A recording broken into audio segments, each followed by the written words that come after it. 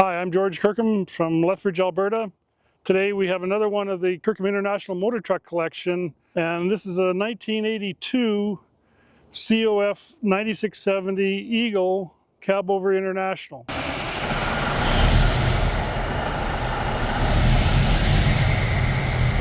I'd wanted a Cabover for the collection for many years, but just could not find one.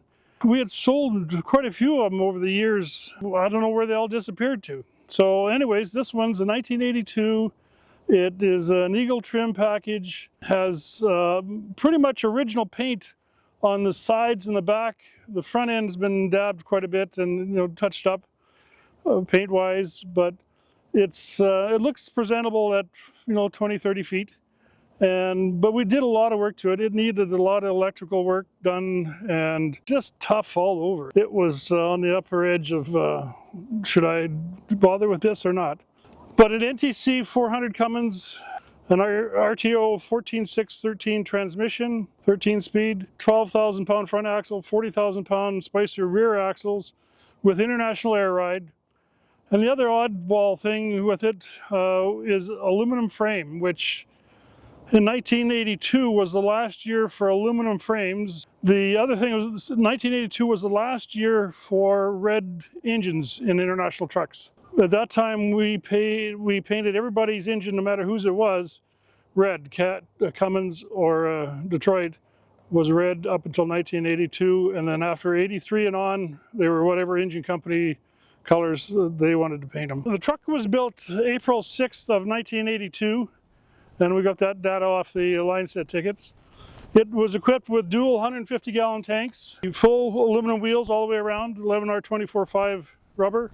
Pretty well loaded up on the option sheet. Like I say, 2.5 pages of options on the line set ticket. Some of the original plastic was on the headliner still when we got the truck, and been through 4 owners, and so to see original factory plastic on the headliner was quite surprising. The other neat thing here, there's still a lot of the original hand-done pinstriping. All these pinstripes that are on here, this is actually the black's a little tough, but that is all done by somebody with a hand paintbrush. And we tried to save as much as we could, but it's been well used. The truck's got a 110-inch bumper to back of cab, so it's a big double sleeper. So in here you've got a full, almost a double bed. So lots of room to roll around in there. You could fit 2 people in there if you needed to, or 1 person, lots of room. When these trucks were introduced, I remember going to the model introduction in Edmonton in 1981 when they first came out. These things were so much different than the old Cabovers that we had before that, the old 4070s. The cab was wider, more driver comfort, more driver room, a lot more options, a lot more fancy options to dress them up, and interior colors, and just the option book got much bigger when we went to the 9670s. The stick shifter is a very short little shifter. It's like driving a sports car. And when I first saw that, I thought we've arrived. It was pretty cool to hop in the truck there and all you're doing is moving a little stick, instead of like the old days you had a stick this long, and it made it a lot more fun to drive. Very driver friendly. And one of the major things that these things did was handle the air better than most other trucks on the road. With a rounded front end, yes, it's a flat front end, but the air comes around the sides here and down the side so that the air would keep on going straight by. And the aerodynamic factor was quite different compared to the old trucks that had rounded corners on the back. And they cut the air like anything. I hadn't seen anything like it. The ride quality of these trucks was drastically improved over what the old 4070s were. An all aluminum cab that's riveted together, and there's some welds on the aluminum, but most of the outside stuff is all riveted together. Doors are riveted together on a welded subframe. So one of the nice features of this truck, it does have a air operated cab jack, so you don't have to be hand pumping it all the time to jack the cab up. It actually uses air off the air brake system over a hydraulic cab jack. They realized if they could mount the batteries up close to the engine in the doghouse, they would get away from the shaking on the side of the frame, which was, you've got a set of batteries hanging off the frame that would move back and forth quite a bit. And with less vibration and the warmth of the engine, the batteries tend to last quite a bit longer. So that was a major improvement in battery life. When we restored the truck, we did a lot to it. We didn't take everything apart completely by any means, but we did a lot to the wiring, had the frame and the tanks and everything pretty much apart there, and sandblasted and painted it. We did tires, were changed up on it. All your wear parts on the suspension on the back were changed up. Changed a lot of the hosing. It's got all new exhaust pipes from the turbo all the way through to the top end of the tip of the exhaust. And just tried to tidy it up as best we can to take some miles off it. It was well used. Things like the brakes were all completely done, top to bottom, on the brake shoes and bearings and wheel seals. Found a bumper and some better grill pieces for it, and a new old stock International Eagle logo. The regular one didn't have the extra coloring to it.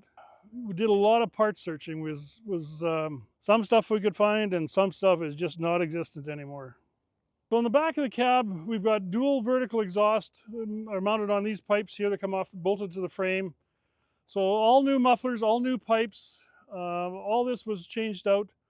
The battery box here is cross member mounted, so it doesn't have anywhere near as much vibration as what it would have if it was hanging off the side of the frame. The Cummins engine is inside the cab quite a ways, just because it being a 110-inch sleeper on it. Fontaine fifth wheel we changed out, put a decent Fontaine air slide fifth wheel. We put cat's eyes on it so we can keep an eye on the air pressure, and has International's own 4-leaf and airbag suspension. So this will actually ride very well on the back end here, because each wheel end is separate from the rest of them. And if you look on the frame rails here, you can see how thick a aluminum frame is. These are, you know, over twice as thick, almost 3 times as thick as a normal steel frame. And that way it gives them a lot of rigidity. They are a little bit lighter, but the problems you'd have anytime you had a metal bolt going through it or a metal bracket on it would cavitate, and you'd end up, given with time, with a hole in the frame. So that's not good. Big dual 150-gallon tanks that are polished. You've got a jockey box on each side of the truck, and this is all one open compartment inside there. This is a neat thing. We've got your oil filler, and your dipstick is here as well too. Same if you want to check your radiator, if you needed to add oil to it or water to it, your rad cap's right here on top of the rad. One thing it does have that we were able to get off the internet is our line set ticket. So it's 2.5 pages long of all the different options it has. Tells you where it was built, who was built for in Great Falls, Montana, and built April 6, 1982. And this is really the birth certificate of this truck. We were able to find a new old stock doghouse carpet piece, which was a pain to put in, but it sure makes a nice addition to the interior. And the interior turned out pretty good. We did a lot of work to little detail stuff, dash pieces and whatever. It's sun visors, and that just cleaned a lot of stuff up. In a 9670, you could get a Cummins powered engine, a Detroit diesel powered V6, or a V8 92s. You could get a Caterpillar 3406. So there's a wide variety of options. And this was a fleet truck, so it would have the options of every Tom, Dick, and Harry that was in the filter business or the air dryer business or the fuel filter business. Would drive International crazy with all the options that all these fleet managers wanted for options on their truck, because they would have salesmen coming around selling them a filter. different style of filter. Well, then they insist on the new trucks they bought would want to have that filter on it. And the parts options on these trucks were crazy. Many options. Today, we're a lot narrower focus on what we put on a truck. The option list is smaller, for sure.